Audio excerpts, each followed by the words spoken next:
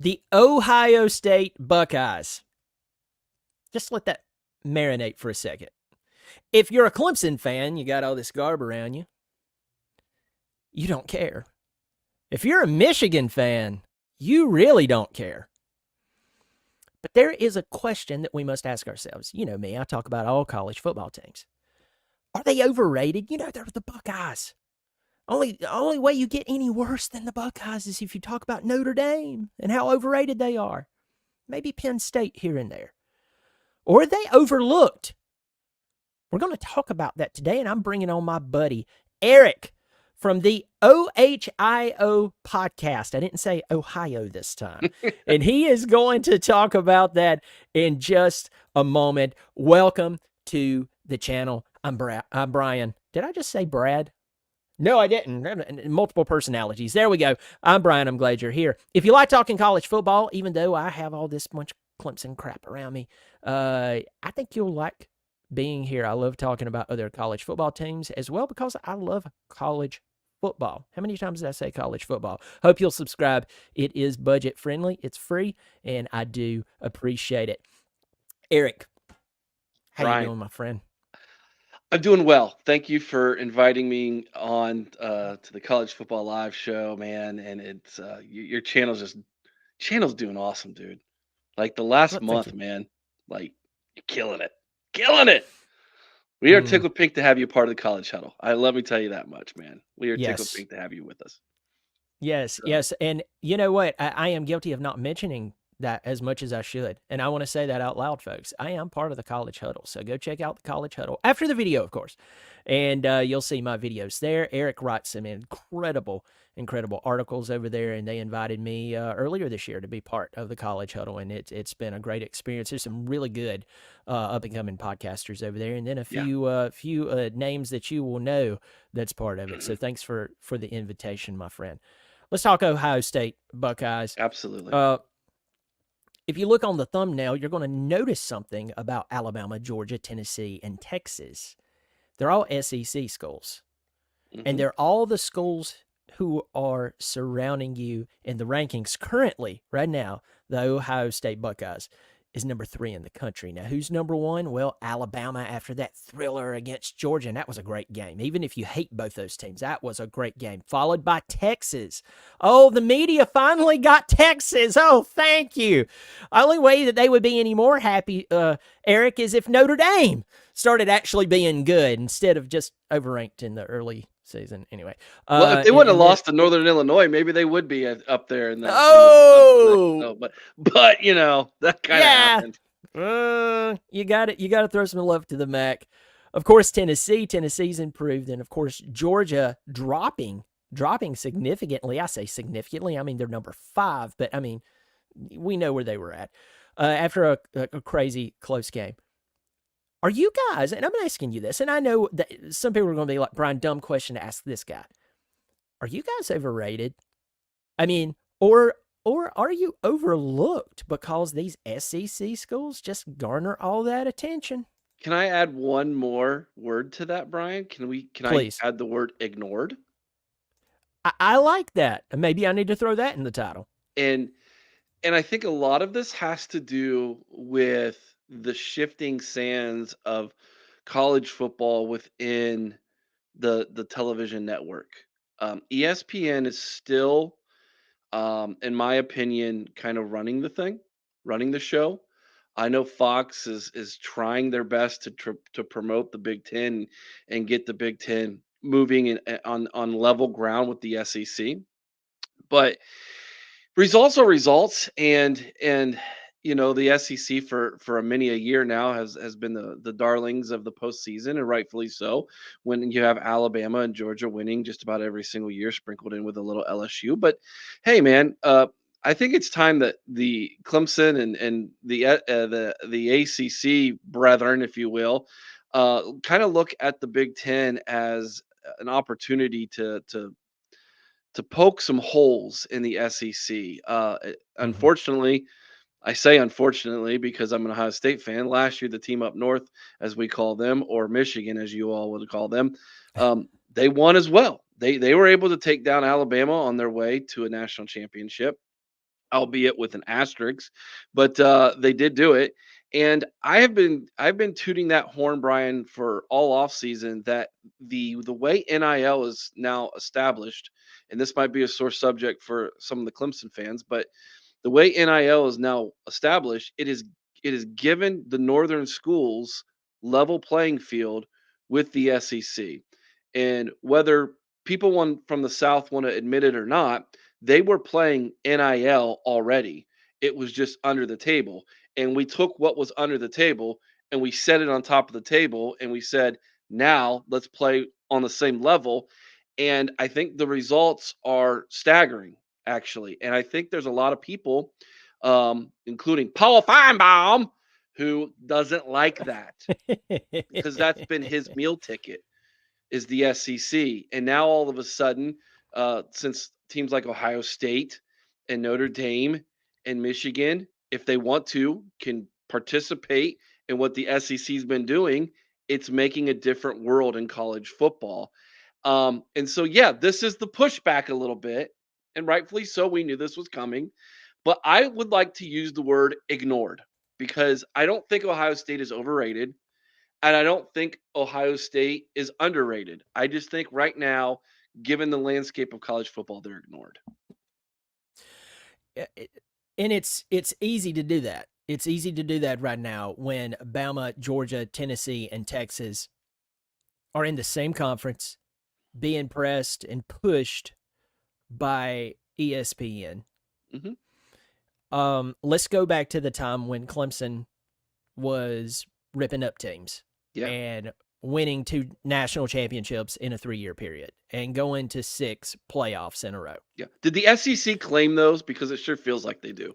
They Like, they they're a Southern school. Let's claim it. Like, come on, yeah, guys. yeah. Well, I mean, of course, Clemson fans always hear you're an SEC school playing in the ACC until Clemson starts doing what they've done over the past few years, and then it's like you wouldn't survive, and it's like which is it with you guys? Right? I don't know which one. Yeah, but ESPN absolutely hated what went on. I mean, that night in Santa Clara when Clemson beat Alabama by 4 touchdowns, you could look at all of those analysts except for maybe one, and they look like they wanted to just have the ground swallow them up. So trust me, I get it.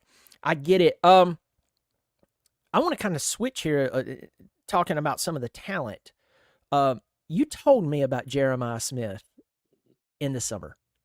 You told me this guy is out of all those players, those great wide receivers that are at Ohio State, their wide receivers coaches is like, hey, look, I have to temper the expectations, but this guy is unbelievable. Man, he has lived up to it. How does it feel to kind of have the Ryan Williams of Alabama? You have your Jeremiah Smith. I mean, let's talk about that guy. I mean, he's doing some really great things, and I mean, he's tearing it up. I mean, he's a highlight reel week in and week out. He's not human. I'm not sure what's in his DNA, Brian, but it's not what's in yours and mine. I know that for a fact. All right. The guy is he's doing things that we've not seen at Ohio State ever. And he's going to probably in the first 8 games cross the records that Chris Carter, yeah, Hall of Fame wide receiver Chris Carter set when he was a freshman some 40 years ago. So, and we never thought we would ever see anybody break those freshman wide receiver records that Chris Carter set. And he's doing it, and he's doing it at an unbelievable pace. He is, in my opinion, not only the best wide receiver on this team, which, by the way, is a team full of not one, not two, but 3 number one ranked receivers in their respected recruiting classes. And he's better than those other ones. He might be the best wide receiver in all of college football, which is why I cannot wait, hopefully, crossing my fingers, for an Alabama Ohio State showdown because that would be amazing to see those two guys go at one another. He's unguardable. Let's just, at times, he's double covered and they're just throw it up to him and see what happens. And somehow he comes down with the football. His ball skills, his route running, his hands, his intelligence. There's his speed, everything about this guy just is like he was like made in a lab. It's just not human, Brian, and it's a lot of fun to watch. I tell you that much. But yeah, we heard the rumors. We heard a lot of people talking about him. Then we got to see him with our own eyes in fall practice before the season, and it was like, oh yeah, this kid's different. And then he just when the lights come on, he plays his best, man. That's all I can tell you is the guy is everything that he was marked out to be, and so far so good for him. You mentioned the wide receiver room. He is Hmm. the leading wide receiver for your team right now. 19 Yep. receptions, 364, 5 Yeah. touchdowns. Emeka Egbuka was And the number one wide receiver 4 years ago in his class, the number one ranked receiver in his class. And Brandon Ennis was number one in his class mhm, a year mhm, ago. And neither one of them are like him. It's yeah. just incredible. Yeah, and this guy is a highlight reel. I mean, he really, really is. And so he and Ryan Williams getting together would be that A would lot of be fun to watch. a lot of fun. So this week you have a showdown, and I say showdown lightly because I think you guys are going to blister them right now. The line, you guys are a 20.5 point favorite over the Iowa Buckeyes, the Fighting Kirk Ferentzes. Iowa Um, Hawkeyes. Don't give oh, don't give them our nickname now though. did I Hawkeyes. say Buckeyes? Did I You say did. Buckeyes? Oh my god, dude! I'm just messing It's up over okay. here. It's okay, No, Brad. yeah, it's Brad. It was Brad that said That's that, right. wasn't it, Brad? No, um, no. You guys play Iowa. Mhm. It's odd. It's going to be the 3:30 game on CBS after years of the 3:30 game being on CBS being an SEC game. I just know Gary Danielson is going to be talking about Tim Tebow. He always loved to work that in. So I'm sitting here wondering, how does he work in Tim Tebow in a Big Ten game? Anyway, I'm not kidding. I have been watching just to see if he'll flub and talk about You Tebow. think But you think if our quarterback goes on has a nice run on third down, a lot like Tim Tebow did, he'll bring oh, it in. oh yeah, Vern. I know a lot of people had their problems with Vern, but Vern was likable. And he would, he would do that out of nowhere, but he was kind of like a drunk uncle, and you would put up with him, and you were like, I like Vern. Gary, and I could be wrong. I don't know the man. He could be a wonderful human being that is giving to the poor, who helps old ladies, buys an orphan an ice cream. I could be totally wrong, but he also seems like the type of person, a lot like Dave Doran, who would want to be the head of the HOA and then walk around the neighborhood on trash can day, when the trash is Yeah. coming through, and he pulls out his tape measure and goes, huh, 6 inches too close to the edge. They're getting a stern worded letter. He seems like that guy to me. So, anyway, let's talk about that game. You have Iowa. You have Iowa coming up. You're starting to get into more of the meat and potatoes. You Yeah. have Iowa coming up this week. On the 12th, you go to Oregon, Nebraska. A couple of weeks after that, because you have a bye week on the 19th. At Penn State, Purdue, Northwestern, Indiana. I'm pumping my brakes on them. And then, of course, that team up north. How bad are y'all going to beat Iowa this weekend? Because I believe you do. So, little fun factoid for the people watching this who aren't Ohio State fans, if you're a better.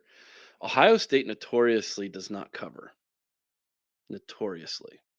Um, I know that seems hard to believe because when you look up and you see, oh my gosh, Ohio State won by 40. Yeah, well, we were supposed to win by 41, right? It was 41 and a half or whatever. So like, and it drives us Buckeye fans crazy. And so I just realized I'm just going to root for my team to win and take the under and win money while I'm doing it. So, um, this is gonna be a 17-point win for Ohio State, and let me tell you why. Iowa slugs this game down. I don't know if there's anybody like this in the ACC for Clemson, where you're better than them, you should win this game by 20 some points, but their style of play, how they play, the fact that they celebrate the punt the way they do, They play field position like it's no one's business. They really do believe that when they punt inside the 20, that should be 2 points for them. That's how they play their game. Th- this game is going to be incredibly boring to watch. I'm sorry, it just is. But I think Ohio State probably pulls away, wins like something like 27-10, and people are going to be like, "Man, that you guys should have beat them a lot better." But keep in mind, Iowa has only one loss on the season, and it was on a last-second field goal. This is a very good football team. They always do very well in the trenches. They got them corn-fed boys from Iowa and in the Midwest there that end up being NFL linemen, and they got great tight ends usually. Iowa's not a bad program. When you look at the Big Ten before we pulled in the four West Coast teams this past year, Iowa is just under that echelon of Ohio State, Michigan, Penn State. Iowa was always that next echelon, leading the gap there of the middle tier teams. And more times than not, they were going to represent the West if Wisconsin wasn't. And so this is not going to be a pushover. This is a lot like Georgia going up against Kentucky is what this feels like. You have a better roster. You hypothetically have better coaches, but at the end of the day, they're going to make things tough for you. And that typically is what Iowa does. Now, Ohio State's won 8 out of the last 10 matchups against Iowa, dating back all the way to the 2000. However, one of the worst losses, if not the worst loss Urban Meyer ever suffered, was in Iowa City in 2017 when they clocked us 55-27, I think, or something like that. It was 55 to something. We scored 20 something. That was it. And this was coming off a fourth quarter comeback in the shoe against Penn State, and we're going to the playoffs. We survived. We'll go to Iowa City, take care of business, and we get our clock clean. So this is not a team that you can take lightly. So yeah, on paper, we should beat them by 3 scores, but I'm telling you, probably not going to happen. And is there a way that maybe you could hate Iowa a little more because that you have I can. you have Cade McNamara, the quarterback, former quarterback for the team up north, playing for them? Brian, listen to this. You ready for this? Yeah. This is why I hate Iowa even more. It's personal for me. So my first wife left me for a man in Iowa. It's a And true folks, story. thank you for joining us for this installment of the Maury Maury Povich Povich. show. Yeah. That No, is next to Michigan, I can't stand Iowa, and it's personal for me. And if you ever have you ever been to Iowa, Brian? it never made its way on my bucket list. It is boring. It is the most boring state to ever drive through. It literally is just rolling hills of corn. And then you get to Iowa City and you're like, this is it. This is all like this is the and then you get to Des Moines. Yeah, it's pronounced Des Moines. It's spelled Des Moines or something weird. Yes, Des yes. Moines, and it's their capital city, and Ohio's got probably 10 cities larger than it. Oh There's just man. I'm pretty sure if you look at a map in Iowa, check this out. This is great. And you look at the high schools in each county in Iowa, there's one high school in each county and part of the state. That's it. There's one high school in the whole county. Wow. Can you imagine? Like Yeah. we have school districts where I live, just north of Columbus, Ohio, school districts that have 4 high schools in one district. Yeah. Yeah. Yeah. Here even here in South Carolina, that's something like that. I mean, Yeah.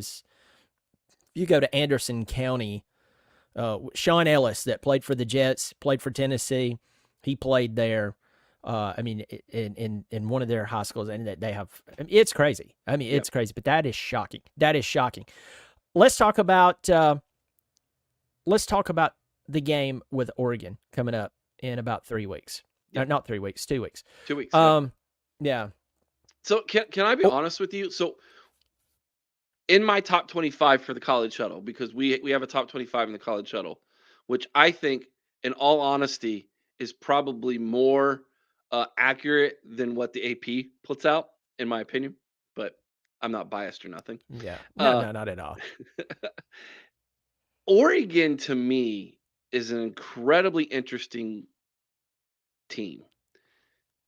They got off to a really bad start this season. But they got wins, right? They got dubs, and it was unimpressive. Mhm. But the last few weeks, they are doing this. Yeah, yeah. And I, at the beginning of the season, predicted that Ohio State would go 11-1, with our one loss being in Eugene, Oregon. We would then play the Ducks in Indianapolis for the Big Ten title and get our revenge. And then we would play them a third time in the college football playoff. That's going to Oh, happen eventually somewhere. So I don't know this year if it's going to be Georgia and Bama that does that, or if it's going to be Oregon and Ohio State. But that was my prediction. And I know Ohio State fans don't like that prediction because they want us to go undefeated, win it all. Obviously, every yeah. team, every fan base does. But you have to be realistic. This is we're traveling west for the first time. I can't even remember last time we traveled Mhm. west. The Rose Bowl, maybe like Yeah, yeah, that would 5 probably years be ago it. or something. Um, so we're going west in their house, which I have heard is a tough place to play. It's gonna be the biggest home game they've ever had, is what their fans are saying. They've been talking about it for months. Um, we're about to find out in this stretch of games starting this week if we really are for real. If $20 million roster that has been bought and paid for by the collectives in Columbus, Ohio, for Ryan Day to keep his job, can can win, can be a legitimate factor in the postseason. We're about to find out because the next 4 weeks, you play a one-loss Iowa team, you play an undefeated Oregon team on the road, you play a one-loss Nebraska team that's trending up, that has Yeah. probably one of the most exciting freshman quarterbacks in all of college football, and Dylan Raiola, and who by the way was at one time was committed to Ohio State and then committed to Georgia and then went to Nebraska, which I still think is a fantastic story. I keep joking with the Common Fan podcast, our Nebraska sister podcast, that they're going to have to re-recruit him after this year because for the last 5 years he's changed schools. That included four Mm, different high schools. wow. So good luck, boys. Wow. And then Penn State on the road in Happy Valley. Okay, That's okay, a I'm tough gonna schedule. I don't care. it I know the SEC talks about how hard it is. You know, Kirby Smart, it's so hard. We played Kentucky in Kentucky, and it's so listen, Kentucky's a bunch of three-star Ohio kids who yeah, didn't get offers to Ohio State. That's who they are. yeah. So Yeah, that spare that me, game was Kirby. that was an interesting game for several reasons because it was their game right after they absolutely emasculated us in Georgia. I say that the first half was a tale of two different games. I mean, it was. Correct. I mean, yeah, it was just anyway. That's what happens when you play scared and Hmm. you let your freshman wide receivers that everybody was excited about coming to your school, you don't really let them play until the fourth quarter once the game's out of hand. Meanwhile, Jeremiah Smith at Ohio State and Ryan Williams, a kid who, I think he got his first pimple. He's so young. Last week, uh, Alabama put them right on the field, and we waited to put Wesco and more Yeah, on the field. I Now, heard you talk about that, and I was yeah, I'm glad you brought it up, Brian, because yeah. this isn't something that happens at Ohio State. Hmm. Ohio State has traditionally not played freshmen. In Right. fact, the last time a freshman made any kind of impact like Jeremiah Smith is making was 2002. His name was Maurice Claret. That's how long it's I've been heard of since that guy. yeah, since it's been since a freshman has really made this big of an impact on a team. There have been freshmen who've played. Denzel Burke started as a freshman, but he was not making an impact like this. So I think there's always, I think, this kind of belief by coaches. The kid does it. He's going to have to adapt to the speed and the culture and the strength of the college game. And that's true for probably the majority of freshmen once they get to college. But there are certain freshmen who are just different, and you need to let them play. John Cooper, Coach John Cooper for Ohio State, famously he went 2-10-1 against the team up north, and who Ryan Day is mockingly called John Cooper 2.0 by a lot of people because of the last 3 seasons. He has a great quote, Brian. The quote is this: "If a freshman's a dog, he'll bite as a pup." I love that quote. Ooh, I like that. I love that quote because that tells me if you're going to be a dog, you're gonna see it when you're a pup, when you're a freshman. The thing is when Jeremiah Smith got on campus, he wasn't a pup. He's a full-grown dog. All Yeah. right. And the other dogs are like, man, who's this dog? Like, who's the new dog on the block? He ain't a pup. So that's the difference with Jeremiah Smith. It's just not normal. So when I heard that, I had to express that because I'm like, I get it. You see these other freshmen and you're like, why can't it be here?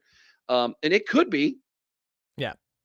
I don't know. I don't know the Clemson situation like Ohio State, but this isn't a normal thing in Ohio State. Yeah. Yeah. And for any Buckeye viewers who are watching this because of Eric, you're like, what are they talking about? A little earlier, I mentioned that our highly recruited wide receiver, Bryant Wesco, out of Midlothian, Texas, we basically sat him against Georgia. He played a little bit. TJ Moore played a little bit, but we sat them. Since then, Wesco and Moore, they've been implemented into the game.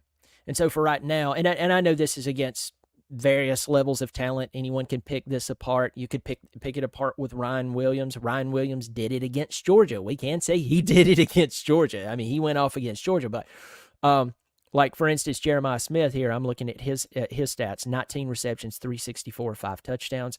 I think Ryan Williams with Alabama, right off the top of my head, 16 receptions, 438. 400 and some yards, doesn't he? Yeah, 400 something yards, like 6 touchdowns. Bryant Wesco, they finally got him in, 7 receptions, 234, 2 touchdowns. And you're sitting there. Oh yeah, and he burned a guy this past week so bad the guy was just smoking. And Cade didn't see it. And my point about it is if they're on the defense, especially the defensive line, Dabo will play him. Peter Woods was, he was playing a lot as a freshman. Just full-size man. On the offense, he kind of backs off. We had Trevor Lawrence do his thing, but he had to win the job. So but I think from a X's and O's schematic point of view, thinking about that, especially at wide receiver, where there's a lot more of the playbook you have to learn, given which wide receiver position you're playing. There's probably this belief by offensive coaches, Brian, that says he's going to need more time and maturation within the program. Otherwise, I'm kind of as a play caller calling plays with one hand behind my back because this guy doesn't know the whole playbook. right. So I get it. I understand why that is, especially at that position. But the other side of the argument is if that person offers you the opportunity to win and have more explosive plays, then the other part of your playbook is to throw it out. It doesn't matter. Get Yeah. them the football, right? Sometimes we make football so complicated when it's really easy, right? You go score, give the football to your best players who offer you the opportunity to score a lot of points, and then you keep the other team from scoring. We make it so complicated sometimes when it really is see ball, get ball on defense and get ball, go score on offense. Yeah. That's one of my annoyances, not only in football, in business, Right? and with organizations. How many times have you heard where someone made the process the goal instead of the process supporting the goal? I Yeah. think it was Eisenhower who said, plans are nothing, planning is everything. And you're sitting there going, what did he just say? Plans set in stone will absolutely destroy you. But actively going back to the plan, going, what works, what doesn't work. Okay, what doesn't work, it's out. Oh, I have a weapon over here. Maybe he only knows 2 plays. But I mean, think about this, and I can't stand talking about these guys, but remember the Carolina Gamecocks, South Carolina Gamecocks went into Columbia, or not Columbia, they went into Athens. I want to say it was 2019. Beat the Georgia Bulldogs with a third string quarterback who only knew 6 plays. Beat them. And so, I mean, and it wasn't like Lamar Jackson either. I mean, the guy was a good athlete and so on. But by the time he finished his career, he had played like 3 or 4 different positions at South Carolina. But that sets up your point very well. I mean, and supports it.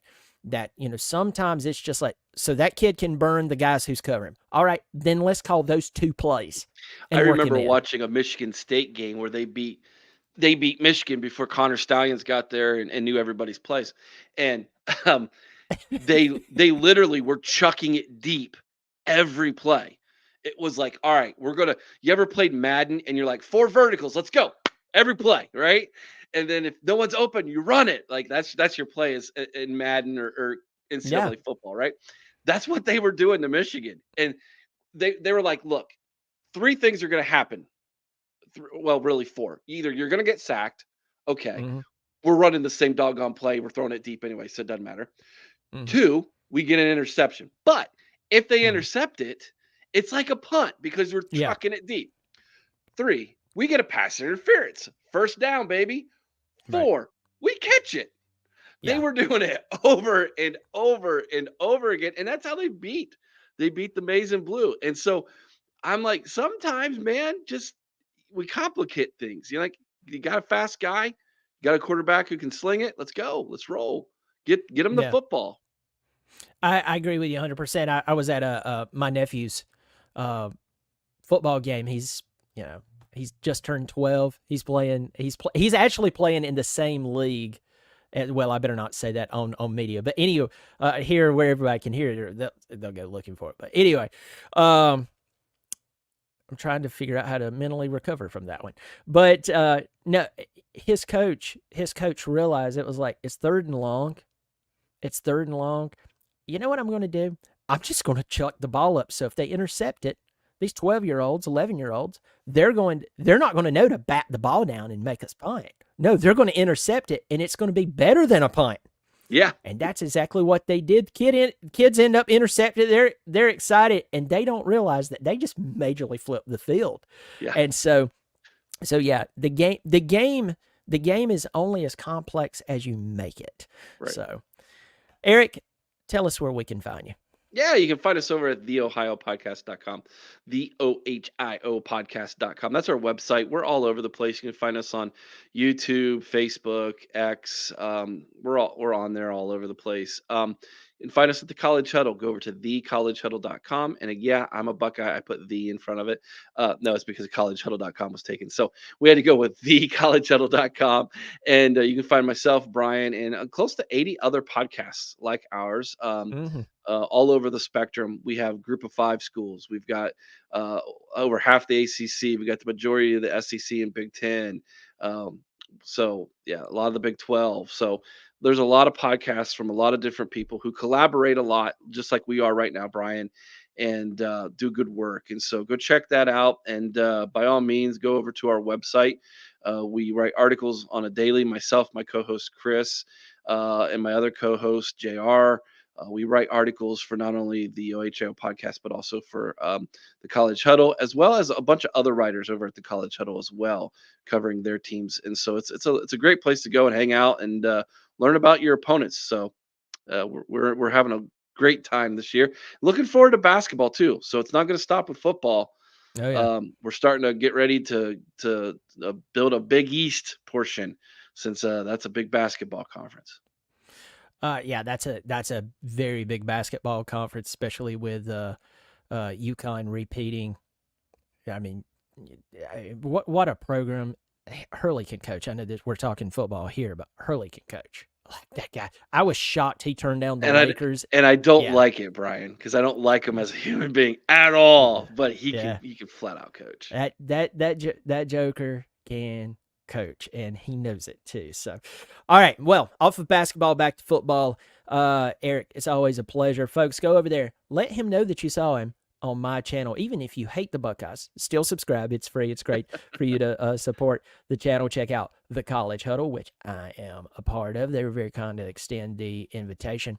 I'll give you some closing thoughts on Ohio State. To me, how I look at their trajectory is how they play Oregon. I really want to see how you guys play Oregon. And I'm looking at the rest of your schedule and so on. But I'm telling you, to me, Oregon really sets it up, because if there is one guy who knows how to blow this Ohio State game, it's James Franklin. And so I don't care if they wide out that in. No. I'm talking about Penn State. I did a mind skip there. I totally just skipped. I did one of those things. My wife is like, "Whoa, you just skipped a bunch of details." All right, so explain this out to me. How is James Franklin gonna? James Franklin reminds me of he's the Mark Richt of Penn State. Okay. So he's going to win enough to where everybody's going to be like, they're a contender this year, or potentially a contender. James Franklin will blow it, my friend. He will blow it. Oh, yeah. He's going to have a talented team. Uh-huh. And he's not someone that you can just go, hey, we can go in and just play our C+ game. But I am telling you, this man bouncing around on the sidelines, he is the Mark Richt of Penn State. So when I look at y'all's schedule, I'm seeing these rankings beside number 6 Oregon, Penn State. Not Penn State, Nebraska. Yeah, you're right. Their upward trajectory got a long way to go still, but there's Penn State. Yeah, they'll definitely beat Penn State. That's how my mind sees this game, because I know James Franklin will blow this game.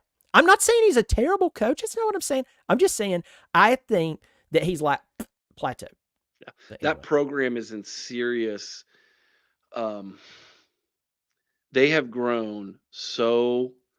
They're like milk toast, man. They're so vanilla right now. They just. I was in Pennsylvania 2 weeks before the season started, and I saw more Ohio State gear on people than Penn State gear. I think they have grown so stagnant with him and so used to 9 and 10 win seasons that it's just kind of like they're not moving forward. They're not moving back, but they're not moving forward, and it's become very stagnant in Happy Valley. Who does that sound? Who does that sound like, though? Like if you went back to the SEC, however long ago Rick was there, and I lived very close to the state of Georgia at the time. Yeah. I don't anymore. So do I you worked think with Penn a bunch State of Georgia fans. Coach away? Is that what you think? Because they would agree with you. Their fan base would agree with you. But then the other I don't even think about it that way. The other portion of their fan base does a lot what your fans probably do right now when you get into the whole Dabo Swinney debate. Yeah. Is they probably will do the same thing. They'll say, yeah, we're a coach away, but the other one goes, who are we going to get that's better? Mm-hmm. Yeah. And I hear that argument. I think that is one of the worst arguments a fan base can make. And here's why. And you can apply that to any fan base. Because if you're not willing to try and you're willing to say, well, I guess second place is where we're going to be. If that's what you're willing to do. Listen, I'm willing to gamble on being dead last. End up being dead last than being second place forever. Yeah. Okay? That's why hats off to Nebraska for at least trying 100 times. Yeah. Yeah. And by the way, I think they found their dude in Matt. And I have people tell me, they're like, well, you know how he did in NFL with Carolina Panthers. I went, the who?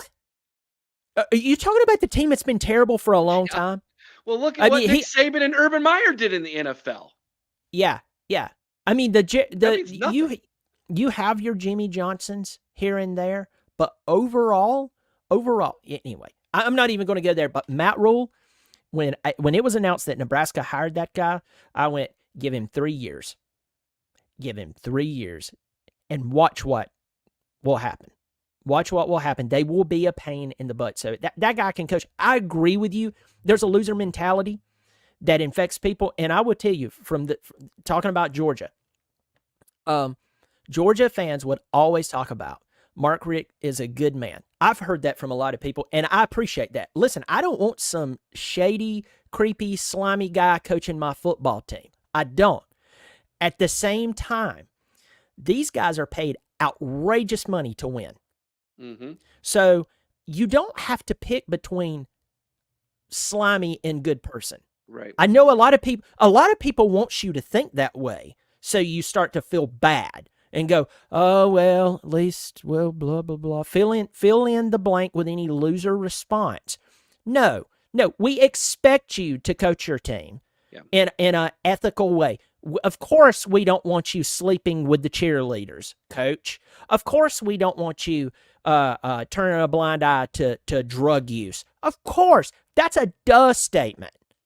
But a lot of people uses those statements to just continue to go with the status quo. And I'm telling you, James Franklin is the Mark Richt of Penn State. I'm telling you, take it to the bank. The one thing I love about our fan base at Ohio State, it's the one thing I love about it, Brian, is we absolutely will. Do you realize Ryan Day has the second best winning percentage in Ohio State history? And our fan base is ready to fire him this year. Wow. That's called expectations, right? Like, we have a level of expectations. You will have a winning record against your rival. You cannot lose to them 4 years in a row. Can't happen. Shouldn't happen. Won't happen. Here's $20 million to make sure it doesn't happen. Like, bring everybody back. Go in the portal. Grab the best guys you can. Like that's the level of expectation. And so if he doesn't, he's going to hear it from the majority of this fan base like never before. Our poor defensive coordinator today. You should go watch this interview today with the press. So someone from the press asked Jim Knowles, our defensive coordinator, if he feels like he's getting too much pressure because he's given up 21 points in the last 2 games. Wow. For our fan base. And he chuckles. He chuckles and he kind of says, "No, I had it a lot worse with my dad, who was a police officer in Philadelphia. So I don't. That doesn't bother me." I thought it was a great answer. But so we gave up 14 points to Marshall and 7 against Michigan State, and people are literally talking about what's wrong with our defense. I put out a video the other day. What's wrong with our defense? And we gave up 21 points in 8 quarters. And I bet you got a ton of views off of that one. Here and there. It was a video from a video, if that makes sense. It was our live on Sunday night. So our live video did pretty well. But so it's where we're at as a fan base right now. It's been 10 years since our last national championship. Mm-hmm. And I have a theory: a national championship will win you 4 years of good grace with the fan base. Yeah. About 4 years. After if it's been 4 years since your last one, people start to talk. People start to get antsy. Ryan Day hasn't won one. Yeah. So he does not have that built-in credit that Jim Tressel got, that Urban Meyer got, because they won theirs early on. Tressel was year 3. Urban Meyer was year Tressel was year 2. Urban Meyer was year 3. Yeah. Yep. This is year 6. Yeah. For Ryan Day. There's a lot of angst in Columbus, Ohio. It just hit me that you and I were starting to close down the video, and then I opened the can again. And that's what happens. But before we go, there's one thing that I want to throw out there for anybody who is watching this. I may even cut up this video and put out parts of it because I think it's really good. And it addresses different avenues of college football as a whole, even though we're talking about Ohio State, we're talking about some of the other teams, some other coaches. But I've always said this, and I've always said this. I've said it over the past 2 or 3 years, and it's really pissed off a lot of Clemson fans, and I really don't know why, because it's reality. The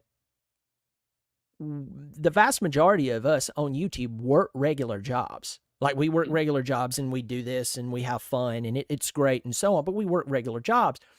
And we live under the same expectations of most of our viewers, that we are expected to fulfill our jobs. And if we don't fulfill our jobs, they fire us.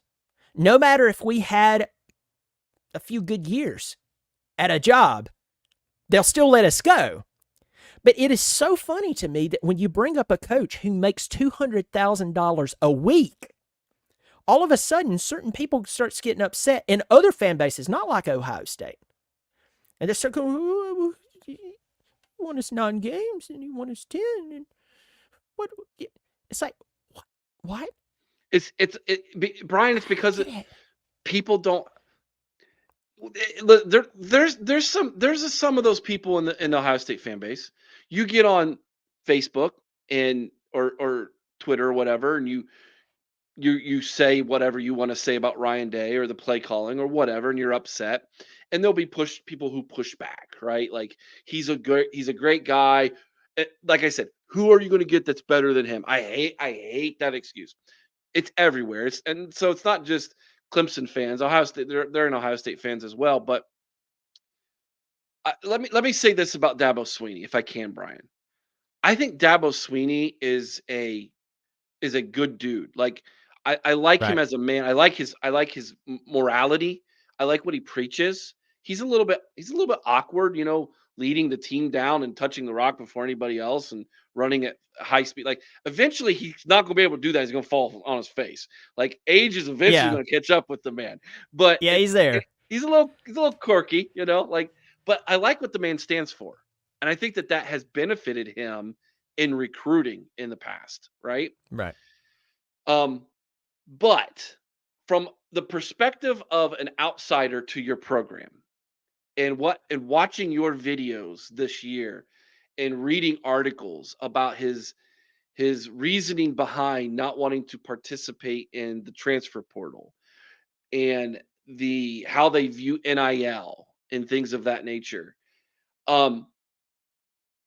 If Clemson was in the same environment as the majority of the SEC or a large portion of the Big Ten, it would not look good for you guys because I agree.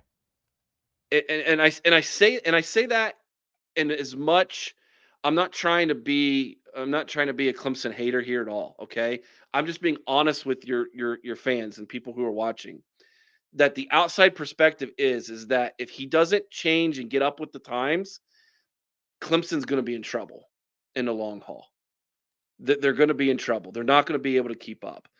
Now, playing in the ACC can help because I don't know who other than Miami, maybe, who's really competing at an NIL level and a transfer portal level.